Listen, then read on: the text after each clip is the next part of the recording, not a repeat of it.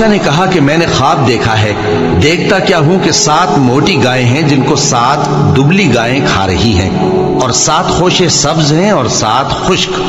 اے درباریو، اگر تم خوابوں کی تعبیر دے سکتے ہو تو مجھے میرے خواب کی تعبیر بتاؤ۔ انہوں نے کہا یہ خواب تو پریشان خیالی سے ہیں اور ہمیں ایسے خوابوں کی تعبیر نہیں آتی۔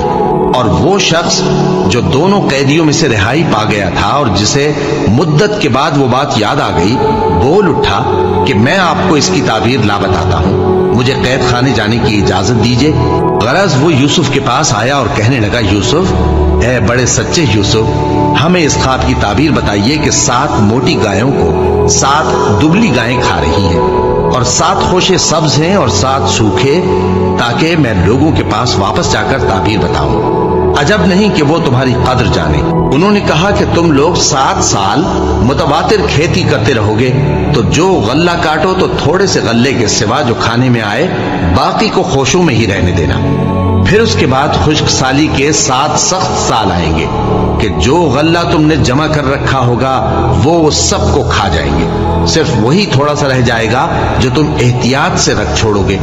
پھر اس کے بعد ایک ایسا سال آئے گا کہ خوب مے برسے گا اور لوگ اس میں رس نچوڑیں گے۔ اور یہ تعبیر سن کر بادشاہ نے حکم دیا کہ یوسف کو میرے پاس لے آؤ۔ سو جب قاصد ان کے پاس گیا تو انہوں نے کہا کہ اپنے آقا کے پاس واپس جاؤ اور اس سے پوچھو کہ ان عورتوں کا کیا حال ہے جنہوں نے اپنے ہاتھ کاٹ لیے تھے، بے شک میرا پروردگار ان کے فریب سے خوب واقف ہے۔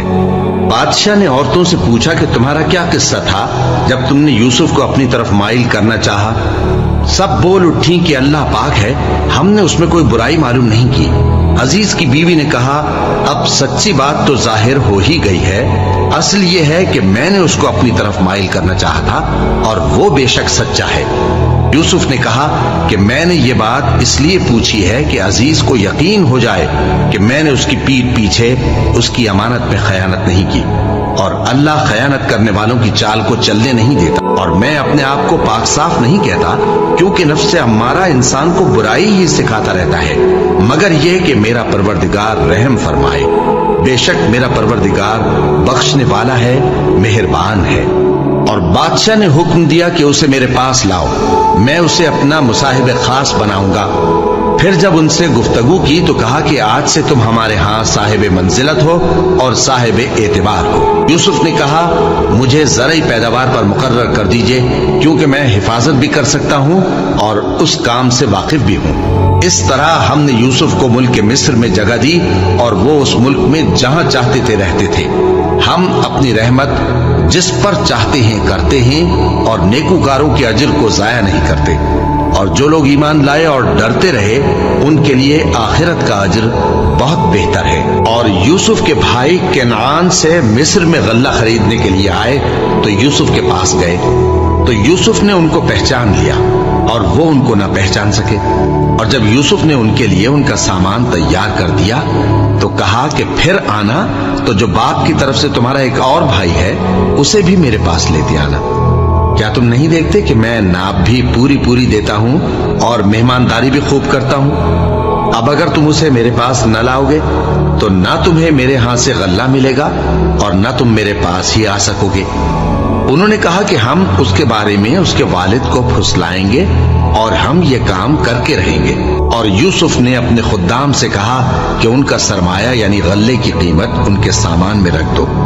عجب نہیں کہ جب یہ اپنے اہل و عیال میں جائیں تو اسے پہچان لیں، اور عجب نہیں کہ یہ پھر یہاں آئے۔ بس جب وہ اپنے والد کے پاس واپس گئے تو کہنے لگے کہ ابا، ہمارے لیے غلے کی بندش کر دی گئی ہے، تو ہمارے ساتھ ہمارے بھائی کو بھیج دیجئے تاکہ ہم پھر غلہ لائیں اور ہم اس کے نگہبان ہیں۔